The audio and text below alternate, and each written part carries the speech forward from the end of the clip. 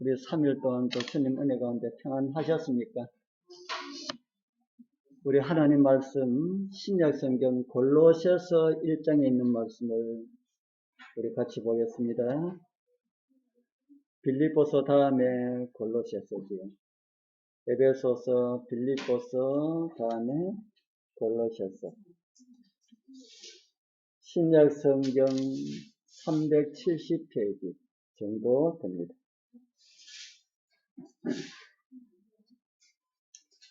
신약성경 370페이지 정도 됩니다. 골로새서 1장 15절 우리 찾으셨으면 같이 읽어보겠습니다. 그는 보이지 아니하는 하나님의 형상이시여 모든 피조물보다 먼저 나신 이시니.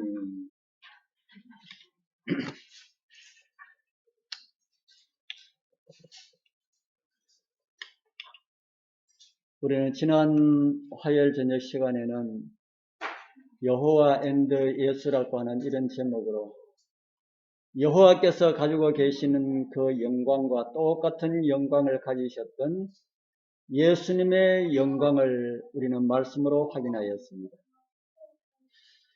여호와와 같은 어떤 영광을 예수님께서 가지고 계신다고 했습니까? 우리 화요일 저녁에 들은 말씀들, 기억나는 말씀들 있습니까? 예수님께서, 아버지 하나님께서 가지셨던 어떤 영광을 예수님께서 가지고 계시는가? 창조주, 구속주, 구원자, 우리의 남편, 그리고 우리의 아버지, 반석, 이렇게 여러 가지로 많이 있다는 것을 우리는 살펴보았습니다. 사실 여호와께서 가지신 독특한 특성들만 이해를 하여도 예수 그리스도의 신성에 대하여는 이러쿵저러쿵 할 말이 없을 텐데도 꾸준히 예수 그리스도의 신성에 대한 논란들이 많이 있습니다. 예수님의 신성에 대해서 논란을 일으키는 그 장본인이 누구라고 하는 생각이 듭니까? 사단이겠지요. 사단은 하늘에서도 그분의 신성에 도전하였습니다. 그래서 결국 땅으로 내어 쫓겼으며 지상에 자신의 대리자들을 통하여서 끊임없이 예수 그리스도의 신성에 도전하고 있음을 보게 됩니다. 오늘은 그들이 주장하는 예수 그리스도의 신성을 비하하려는 또 하나의 내용을 가지고 주어진 시간에 함께 은혜를 나누면서 말씀을 더 깊이 알아가는 그런 시간 되기를 소망합니다. 오늘 우리가 읽은 말씀에 어떤 말씀들이 있습니까? 예수님의 신성에 치명적인 도전을 줄 수 있는 그런 문구가 있습니다. 어떤 내용입니까? 창조물보다 모든 창조물보다 먼저 나신 자다. 제가 총각 때인지 결혼하고 난 다음인지 모르겠습니다. 참 저는 처음에 교회 나올 때 참 열심히 있게 다녔습니다. 그렇게 열심히 있게 그래 다니는데 어느 날 대구 가서 서점에 들려서 책을 고르겠는데 그 주인이 하는 말이 교회 다니십니까? 그래요. 예, 교회 다닙니다. 어느 교회 다니십니까? 우리 교회를 이야기했더니만은 그곳에서는 예수님을 하나님으로 믿고 있지요. 그래요. 예, 그렇습니다. 성경에 보면 예수님께서 피조물이라고 하는 성경이 있는데 보셨습니까? 아니요. 성경에 보면 예수님께서 모든 창조물보다 먼저 지음을 받으신 분이라고 하는 성경 말씀이 있습니다. 그래요. 어디 있습니까? 하니까 이 말씀을 찾아주었습니다. 저는 생전 처음 이 말씀을 보고 난 다음에 너무 놀랐습니다. 성경에 세상에 이런 말씀이 있다니. 야, 어떻게 이런 말씀이 있나? 그래서 이 말씀은 아마 목사님도 이 말씀은 다루기 힘들 것이다. 그래가지고 영남 앞에 합회장을 찾아가 보자. 그래서 제가 영락합회 합회장을 찾아갔습니다. 그래서 이 말씀을 이야기했습니다. 그러니까 합회장님께서 집에 가 있거라 그러더라고요. 집에 가 있거라. 목사님한테 물어보지 그 여기까지 가져왔느냐, 집에 가 있으면은 너에게 답을 줄 거다 그러시더라고요. 그런데 그 주일에 수요일 저녁에 우리 대구에 계시는 목사님이 우리 화요일 날 예배를 드리지 아니하고 화요일 날은 대구 본교에서 예배 드리고 수요일 날은 우리 교회에 와서 예배를 드리고 그랬어요. 그래서 수요일 날 목사님이 오셔서 이 내용을 이야기해 주시는데 얼마나 참 감동적으로 그리고 너무나 분명하게 그렇게 이야기해 주시는지 오늘 제가 그 내용을 말씀을 드리려고 합니다. 골로새서 1장 15절은 먼저 나신 자다. 먼저 나신 자다. 이 내용을 공동 번역에는 그들이 더 좋아하는 문장으로 기록되어 있습니다. 그리스도께서는 보이지 않는 하나님의 형상이시며 만물에 앞서 어떻게 하신 분이라 그럽니까? 만물에 앞서 태어나신 분이십니다. 그리스도는 어떤 분이시랄까요? 만물에 앞서 태어나신 분이다. 만약 이 말씀이 글자 그대로 예수님께서 먼저 태어나신 분이시라면은 예수님은 분명 누굽니까? 예수님은 분명 피조물입니다. 그리고 지금까지 우리가 함께 하였던 말씀에 대하여서는 다시 연구해 볼 그런 필요가 있을 것입니다. 왜 그렇습니까? 피조물은 하나님의 속성에 참여할 수가 있다고 여러분들 생각하십니까? 피조물은 하나님의 속성에 참여할 수가 없다고 생각하십니까? 피조물은 하나님의 속성에 참여할 수 있는 범위가 있습니다. 다 참여할 수가 없다 하는 것이지요. 하나님께서 우리를 초청하신 하나님의 속성은 하나님의 성품입니다. 사도 베드로를 통해서 주신 말씀을 하나 보겠습니다. 베드로후서 1장 4절 우리 다 잘 아시는 말씀이지요. 우리 같이 한번 읽어보겠습니다. 이로써 시작. 이로써 그 보배롭고 지극히 큰 약속을 우리에게 주사 이 약속으로 말미암아 너희로 정욕을 인하여 세상에서 썩어질 것을 피하여 신의 성품에 참여하는 자가 되게 하려 하셨으나 무엇에 참여하도록 우리를 초청하셨다 그럽니까? 신의 성품에. 우리 사랑하는 성도님들, 우리 여러분들 신의 능력에 참여하기를 원하시는 그런 마음이 있습니까? 신의 성품에 하고자 하는 이런 마음은 있습니까? 신의 성품에 참여한 자들은 신의 능력은 필요 없다고 할 것입니다. 왜 그럴까요? 그런데 신의 성품을 가지기를 원하지 아니하는 자들은 신의 능력을 원할 것이다. 하나님의 성품을 가지고 있지 않은 자들에게 하나님의 능력이 주어진다면 어떤 일이 벌어질까요? 하나님의 성품을 닮지 아니하는 자들에게 하나님께서 신성의 능력이 주어진다면 아마도 살인마에게 총을 쥐어준 것과 같은 것이라고 그렇게 저는 생각을 합니다. 무슨 말씀인지 이해가 되십니까? 사탄은 신의 성품을 원하지 않고 무엇을 원했습니까? 사탄은 신의 성품을 원하지 않고 신의 능력과 신의 권위를 원하였습니다. 그러다가 하나님을 반역하고 그 능력을 찬탈하였고 하다가 쫓겨나게 되었습니다. 그는 지금도 변화되지 못한 수많은 사람들을 사용하여서 자기가 이루지 못한 그 꿈을 이루어 버렸고 발버둥 치고 있는 그런 모습을 우리는 사람을 통하여서 보게 됩니다. 그 가운데 하나가 예수님을 피조물로 만드는 것이죠. 그럼 우리가 읽은 먼저 나신 자라고 하는 이 말씀은 어떤 말씀일까요? 성경은 창조물보다 먼저 나신 자라고 기록하고 있는데 그 말씀을 글자 그대로 받아들이게 된다면은 예수님은 맨 먼저 창조함을 받았기 때문에 분명 피조물이다. 그렇게 이해를 할 수가 있다는 겁니다. 그러한 주장을 하는 사람들이 우리 여러분들에게 와서 예수님을 피조물이라고 하면서 이 성경을 들이댄다면은 여러분들은 어떤 답을 하실 것인가 하는 겁니다. 아니라고 우기면 되겠습니까? 그럴 리가 없다고 큰 소리 치면 될까요? 어떤 것은 큰 소리 치는 사람들이 이긴다고 하는 이런 말이 있는데 성경도 큰 소리 치면은 이길 수가 있겠습니까?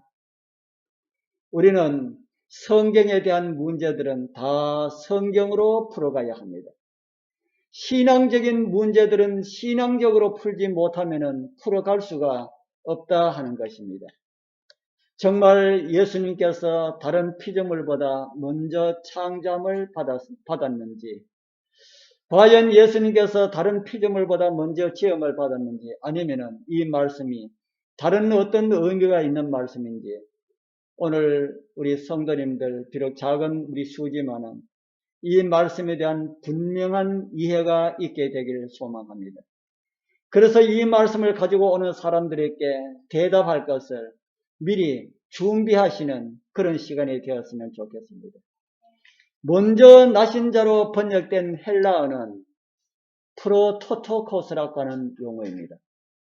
헬라어 어떤 내용이랄까요? 프로토토코스. 이 내용은 암기하고 있으면 좋습니다. 이 용어가 신약 성경에 약 8번 정도 기록되어 있습니다. 신약 성경에 몇 번 기록되어 있다고요? 예, 신약 성경에 8번 정도 기록되어 있습니다. 그러면 그 말씀이 어떻게 사용되었는지, 다른 곳에서는 어떻게 번역되었는지 그 8개의 성경절을 오늘 다 함께 좀 찾아보려 합니다. 제일 첫 번째 로마서 8장 29절에 맏아들로 기록되어 있습니다. 맏아들. 오늘 말씀에 이 맏아들이라고 하는 이 용어의 언어가 헬라어로 프로토토코스다라는 말입니다. 누구에 대한 말씀일까요? 하나님이 미리 아신 자들로 또한 그 아들의 형상을 본받게 하기 위하여 미리 정하셨으니 이는 그로 많은 형제 중에서 맏아들이 되게 하려 하심이니라. 여기 나오는 이 맏아들이라고 하는 이 말씀은 누구에게 적용되는 말씀입니까? 예수님에게 적용되는 그런 말씀이지요. 예수님을 무엇이 되게 하려 하심이라 합니까? 예수님을 무엇이 되게 하려 하심이라고요? 맏아들이 되게 하려 하심이라. 맏아들. 맏아들하고 먼저 나신 자하고 같은 의미로 이해할 수가 있습니까? 예. 맏아들이 되게 하려 하심이라. 이 말씀은 어떤 말씀입니까?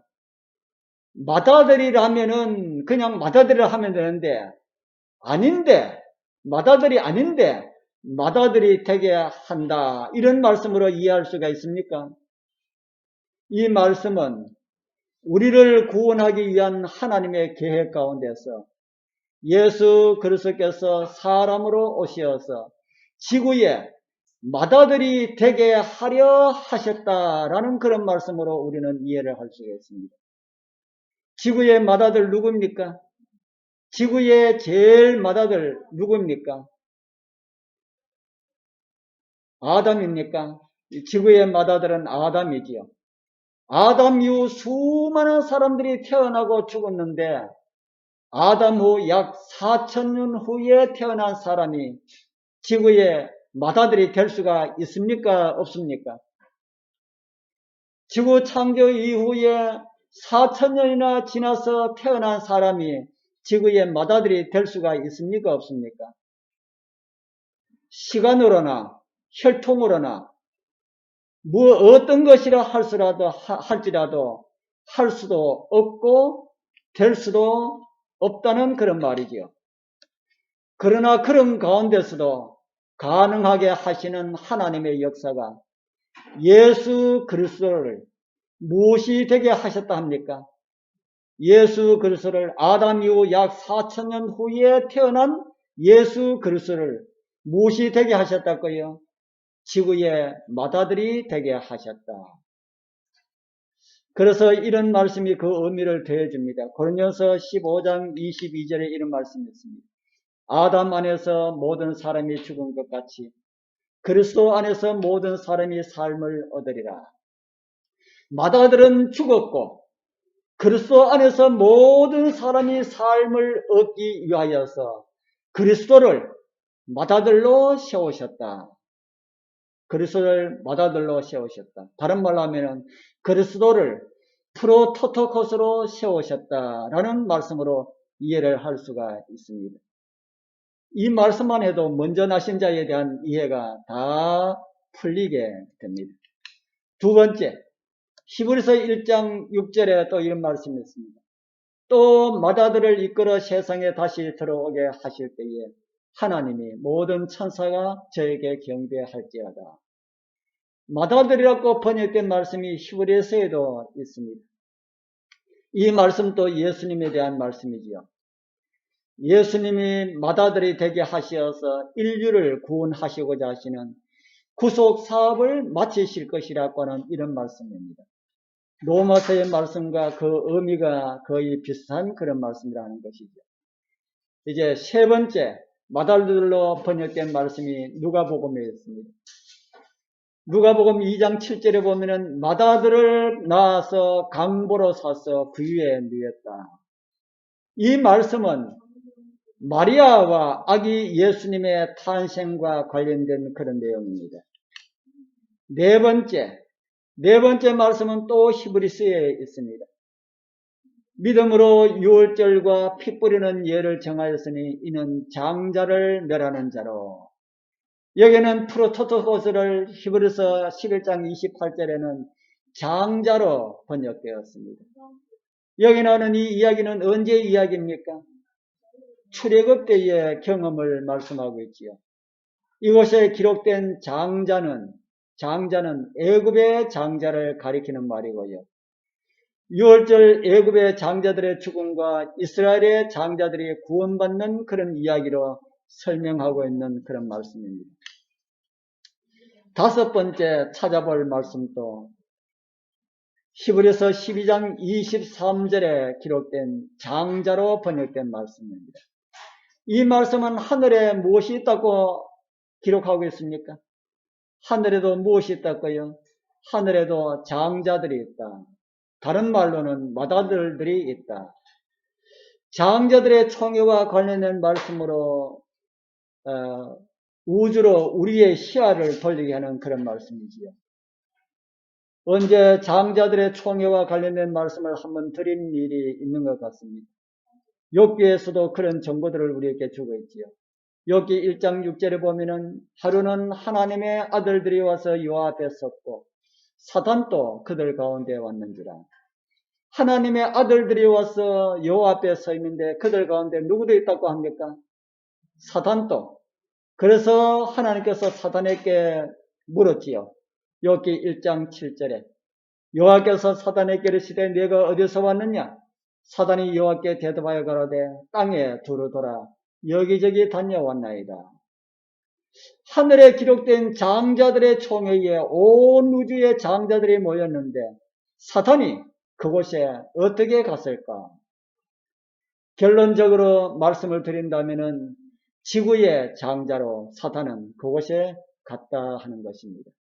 어디 장자로 갔어요? 어디 장자로요? 지구의 장자로, 지구의 다른 말로 하면은 맏아들로, 지구의 프로토토코스로, 지구성의 장자로 하늘 우주 총회에 갔다. 지구의 장자는 누굽니까? 지구의 장자는 누구지요? 아담. 그런데 지구의 장자는 어디로 가버리고 사단이 그곳에 있을까? 어떤 사람들의 말대로 아담이 죽었지만은 그 영혼이 하늘에 가 있다면은 장자들의 총회에 사단이 그곳에 갈 필요가 없지요. 죽은 영혼이 있다면은 지구의 장자는 내라고 우기면서 사단을 참석 못하게 할 건데 그렇지 않음을 우리는 성경을 통해서 보게 됩니다. 성경에 아담에 대하여서 이런 말씀을 우리는 알고 있지요. 너는 흙이니 흙으로 뭐하라 그럽니까? 너는 흙이니 흙으로 돌아가라. 제가 그림으로 이해를 돕도록 그래 놨습니다. 장자로서 지음을 받았지만은 불순종으로 장자권을 잃고 죽고 없어졌다. 하나님께서 아담에게 너는 무엇이라 했습니까? 너는 흙이다. 이런 말을 하면은 아담의 몸이 흙이라고 말을 합니다. 너는 흙이다라고 이렇게 하면은 영혼 불멸을 믿는 사람들은 아담의 몸이 흙이지요. 이렇게 이야기합니다. 아담의 영혼은 몸이 죽으면은 몸에서 벗어난다. 그렇게 주장을 합니다. 그것도 사단이 가져다 준 거짓말입니다. 성경은 아담의 몸이 흙으로 돌아간다고 하지 않고요. 무엇이 흙으로 돌아간다 그럽니까? 아담이 너는 흙이니 너는 이라고 말하는 것은 아담의 몸만을 이야기하는 것이 아니라 아담의 전인을 이야기합니다. 아담 전체 말하고 느끼고 생각하고 있는 그 모든 것 다 포함해서 너는 그렇게 말합니다. 성경은 아담의 몸이 흙으로 돌아간다고 하지 않고 아담이 흙으로 돌아간다고 말하고 있다 하는 겁니다. 아담은 사단의 미혹으로 선악을 알게 하는 나무의 실과를 먹고 없어져 버렸습니다. 죽은 자는 하느님 앞에 어떤 존재입니까? 죽은 자는 하느님 앞에 없는 존재이지요. 그래서 죽고 없으니 누가 대신 갔습니까? 사탄이 선악과 하나로 지구를 강탈하였지요. 예수님께서 실제로 그런 주장을 하신 그런 말씀에 대한 것을 이렇게 기록을 하고 있는 것을 보게 됩니다. 마태복음 4장 9절에 보면은 가로되 만일 내게 엎드리면은 경배하면은 이 모든 것을 내게 주리라. 마태복음에는 이렇게 기록되어 있지만 누가복음에는 좀 더 구체적으로 기록된 말씀을 보게 됩니다. 마귀가 또 예수를 이끌고 올라가서 순식간에 천하만국을 보이며 가로되 이 모든 권세와 영광을 내가 네게 주리라. 이것은 무엇이랍니까?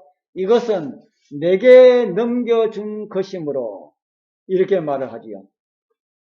그래서 사단은 지구를 누구 것이라고 주장하고 있습니까? 내가 넘겨받은 것이다. 왜 그렇습니까?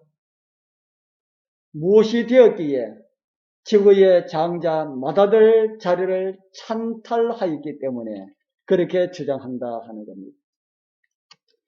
히브리서의 이 프로토토코스는 그런 빛을 우리에게 던져주고 있습니다. 그래서 잃어버린 창조물, 지구성을 찾고 그 가운데 사람을 구원하기 위하여서 하나님께서 아담, 즉 지구의 장자로 오셨다고 성경은 가르쳐주고 있다는 겁니다. 예수님께서 아담의 자리, 다른 말로 해서 지구의 장자로 오셨다라고 하는 것을 마다들 프로토토코스로 그렇게 우리에게 가르쳐주고 있다는 거예요. 여섯 번째 요한계시록에 또 이런 말씀이 있습니다. 충성된 증인으로 죽은 자들 가운데서 먼저 나시고 요한계시록 5장은 예수님의 부활을 가리키는 말씀이지요. 예수님께서 죽은 자들 가운데 어떻게 하셨다고 합니까? 예수님께서 죽은 자들 가운데 먼저 나셨다. 이 말씀과 같은 말씀이 골로새서 1장에 나오는 말씀, 우리 처음에 본 말씀입니다. 골로새서 1장 18절에 보면은 그는 몸인 교회의 머리라 그가 근본이요 죽은 자들 가운데서 먼저 나신 자다. 이곳에 기록된 먼저 나신 자도 요한계시록에 기록된 먼저 나신 자도 다 헬라 프로토토코스를 사용하였습니다. 죽은 자들 가운데 먼저 나셨다. 이 말씀은 무슨 말씀입니까?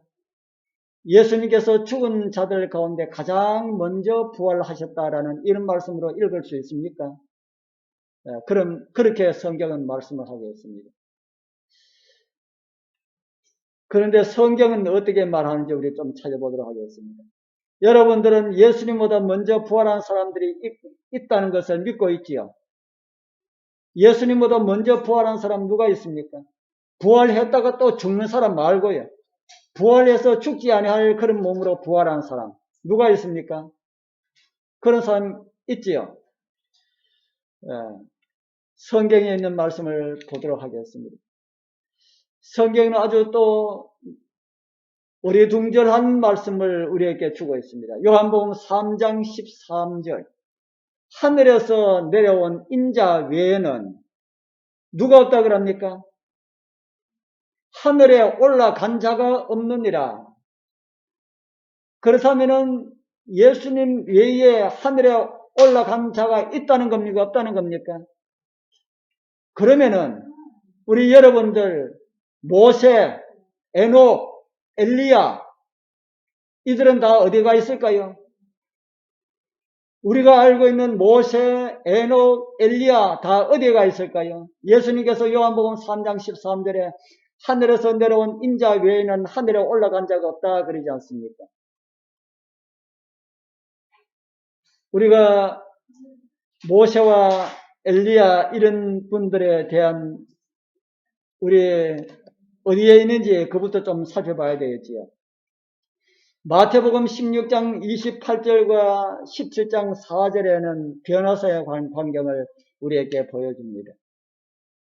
마태복음 16장 28절에는 진실로 너희에게 이르노니 여기 섰는 사람들 중에 죽기 전에 인자가 그 왕권을 가지고 오는 것을 볼 자들도 있느니라.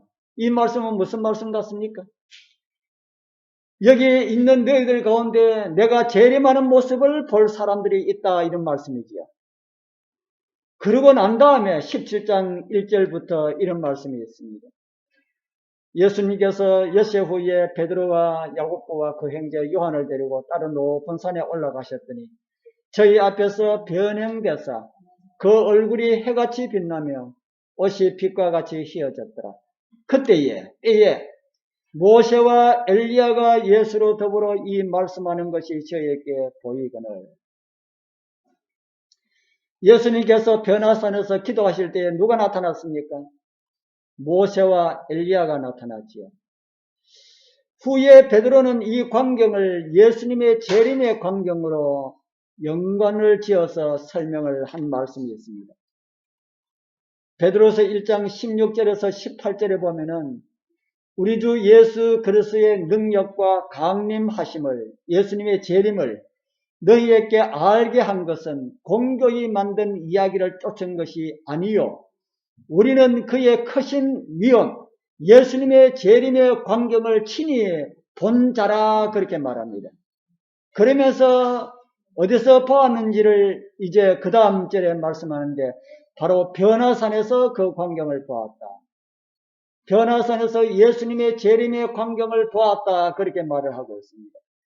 그래서 베드로는 변화산에서의 예수님의 재림의 축소판을 보았다라고 우리에게 가르쳐주고 있습니다. 변화산에 나타난 모세와 엘리야, 모세는 죽어서 부활한 사람을 대표한 사람으로 엘리야는 살아서 예수님의 재림을 맞이할 그 사람들을 대표하는 사람들로 그렇게 기록을 하고 있다 이 말입니다.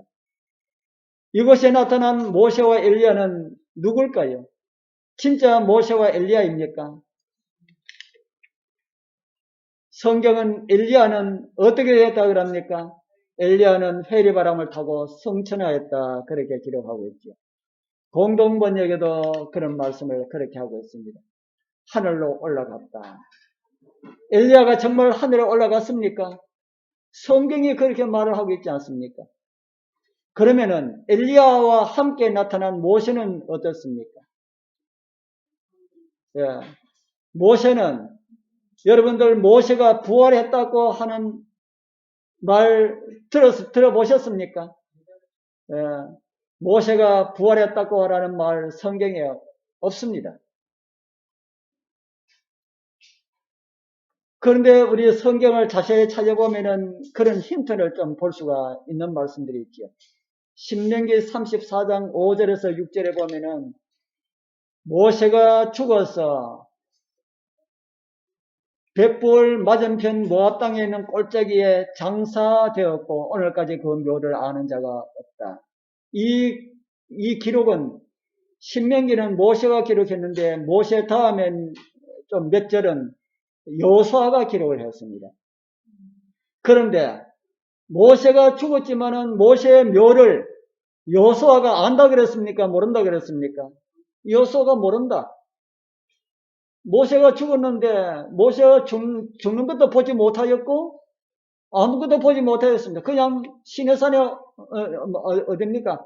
그 죽기 위해서 산에 올라가고 난 다음에 그것만 여호수아가 봤지 그러고는 보지 못하였습니다.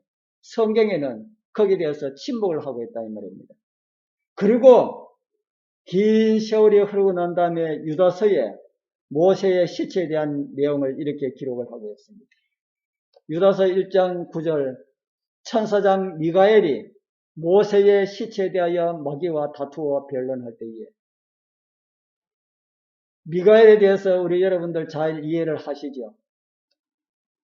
미가엘과 관련된 그 내용은 생략하고요. 유다서 1장 6절에 말씀하고 있는 이 감이라는 말씀도 제가 언제 한번 말씀을 드렸습니다. 이 감이라는 말씀이 걸리는데 이 감이라는 말씀을 다른 곳에서는 무엇으로 번역했다고 하는 말씀을 제가 드렸는데 기억하십니까? 구태여라고 번역이 되어 있다. 그래서 여기 나오는 이 감이도 감이를 안 쓰고 구태여로 쓰면은 여기는 이 말씀이 오해될 말씀이 하나도 없다는 말씀이지. 이곳에 모세가 부활했다는 이런 내용은 없지만은 모세가 분명히 죽었고 미가엘이 모세의 시체를 두고 사탄과 다투는 이런 내용이 기록되어 있다. 그리고 변화산에 나타난 내용들을 종합해서 본다면은 모세는 부활하였다고 그렇게 이해할 수 있는 것이 더 우세합니다. 그런데 아까 우리가 읽어본 이 말씀이 걸리지요.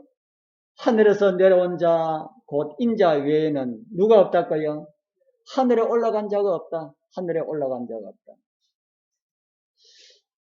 그러면은 인자가 하늘에 올라갔습니까? 인자가 하늘에 올라갔습니까? 물론 성육신 하기 전에 예수님은 하늘에 계셨지만은 인자, 다른 말로 해서 성육신 하시고 난 다음에 아기로 이 세상에 오시고 난 다음에 이 말씀을 하시기까지 예수님께서 하늘에 올라가셨을까요? 하늘에 가지 않으셨을까요? 하늘에 간 일이 없지요. 그렇게 말하면 성육신 하기 전에 예수님께서 하늘에 계셨다고 하는 그렇게 주장하는 분들이 있습니다. 그래서 인자라는 그런 용어를 사용하면서 예수님께서 말씀하셨다고 그렇게 이해할 수가 있습니다. 여기에 있는 이 기록된 이 말씀은 어떤 말씀일까? 우리 요한복음 3장 니고데모의 대화를 자세히 읽어보면은 이 말씀은 하늘에 누가 올라가고 누가 안 올라가고 라고 하는 이 말씀을 이야기하는 그런 내용이 아닙니다. 그 말씀이 아니고요. 요한복음 3장은 하늘에 관한 것을 지금 니고데모와 대화를 나누고 있다 하는 겁니다. 그래서 하늘에 관한 것을 정말 하늘에 관한 것을 말할 수 있는 그런 사람이 없다. 그렇게 이해를 할 수가 있습니다. 그래서 저는 요한복음 3장 13절을 이렇게 이해를 합니다. 하늘에서 내려온 자 인자 외에는 하늘에 관한 것을 말할 자가 없느니라. 요한복음 3장 13절을 제가 번역을 하면은 이렇게 번역하겠다 하는 겁니다. 자, 그러면은 예수님보다 누가 한 사람 부활한 사람이 있지요? 누가 부활했습니까? 모세가 부활했지요. 그런데 왜 성경은 예수님께서 죽은 자들 가운데 먼저 일어나셨다고 말씀하고 있을까요? 모세가 주님보다 먼저 부활했지만은 모세의 부활은 누구의 부활을 전제로 일어난 사건이었을까요? 모세의 부활은 누구의 부활을 전제로 무슨 말인지 이해가 되겠습니까? 모세가 부활한 것은 누가 부활할 것을 그런 사건이 있기 때문에 모세가 부활했다는 겁니다. 다른 말로 하면은 예수님의 부활이 없었다면은 모세는 부활할 수가 없다 하는 말이지요. 한 예를 든다면 가불과 같은 것이다 하는 겁니다. 가불이 뭔지 아시죠? 가불. 회사에 한 달 일했는데 한 20일 일하고 난 다음에 돈이 필요하기 때문에 요즘 또 그런 법이 회사에 있는지 없는지 모르지만은 옛날에 저희들이 직장 생활할 때 그런 게 있었습니다. 한 달 되기 전에 한 20일 하고 난 다음에 사장님 제가 돈이 좀 필요한데 좀 가불해 주시오. 어차피 한 달 후에 줄 거 뭐 좀 달라 하는데 그래가지고 가불을 하는 겁니다. 그처럼 예수님께서 부활하시고 난 다음에 의인의 부활이 있을 것임에 대한 그 전조로 모세가 미리 부활하셨다는 겁니다. 그러나 그가 만약에 주님께서 구속 사업을 실패하셨다면은 모세는 어떻게 되어야 됩니까? 모세는 다시 죽음으로 내려와야 된다. 엘리야도 다시 내려와야 됩니다. 그 모두는 다 예수 그리스도의 부활을 전제로 해서 일어난 사건이었다 하는 겁니다. 왜냐하면 인류는 예수 그리스도의 대속을 전제되어야만이 구원과 성천과 부활이 가능하기 때문이다 하는 겁니다. 그래서 시간적으로는 모세가 먼저 부활했지만은 원인적으로는 모세의 부활은 예수님의 부활을 전제되어야 하는 그런 부활이다. 그래서 예수님이 먼저 부활하셨다고 기록된 말씀이 맞다 하는 말입니다. 이런 이제 문제가 되었던 8번째 먼저 나신 자에 대한 내용을 잠깐 보도록 하겠습니다. 그는 보이지 아니하는 하나님의 형상이요 모든 창조물보다 먼저 나신 자다. 이곳에 나오는 먼저 나신 자가 헬라어로 뭐라 그랬습니까? 프로토토코스. 우리는 성경을 이해하기 위하여서 언어를 알 필요는 없습니다. 그러나 몇 가지는 이해하는 것이 좋지요. 이 말씀은 18절에는 죽은 자들 가운데 먼저 나신 자라는 그런 말씀이 있고요. 그 말씀을 조금 전 찾아보았습니다. 이제 결론적인 말씀을 하나만 더 올려드립니다. 신약 성경에 몇 번 기록되었다 그랬습니까? 8번. 구약에 한 번 기록되어 있습니다. 구약에 기록되어 있는 말씀을 올려드립니다. 시편 89편 27절.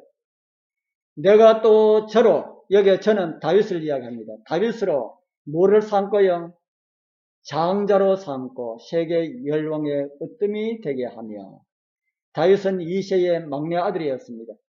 그런데 누구를 장자로 삼겠다 했습니까? 다윗을. 예수 그리스도께서 먼저 나셨다고 하는 이런 의미를 이 한 말씀으로 우리는 이해할 수가 있습니다. 시간적인 것이 문제가 아닌 모든 만물이 예수 그리스도로 말미암아 생겨나고 그 만물 중에 으뜸이 되게 하셨다. 그런 말씀으로 우리는 이해를 할 수가 있습니다. 누구를 그렇게 하셨다는 겁니까? 예수 그리스도. 성육신 전에는 예수 그리스도를 으뜸으로 삼지 않아도 으뜸입니다. 그런데 성육신 하고 난 다음에 자기를 다 비우시고 자기를 낮추시고 완전한 사람으로 오신 예수 그리스도를 하나님께서는 지구의 장자, 모든 만물의 으뜸으로 삼으셨다라는 말씀을 우리 골로새서 1장에서 말씀을 하고 있다는 겁니다. 우리가 다른 사람들에게 이런 내용을 다 잘 전할 수는 없을지라도 나는 분명하게 이해를 하고 있어야 합니다. 그래서 누가 이런 내용을 이야기해도 제가 아까 처음에 말씀드린 것처럼 그런 일을 당하지 않게 된다 하는 겁니다. 세상에는 정말 많은 유혹들이 있습니다. 우리 성도님들 말씀을 더 사랑하시어서 누가 흔들어도 흔들리지 아니하는 그런 확실한 믿음 위에 서게 되길 축복합니다.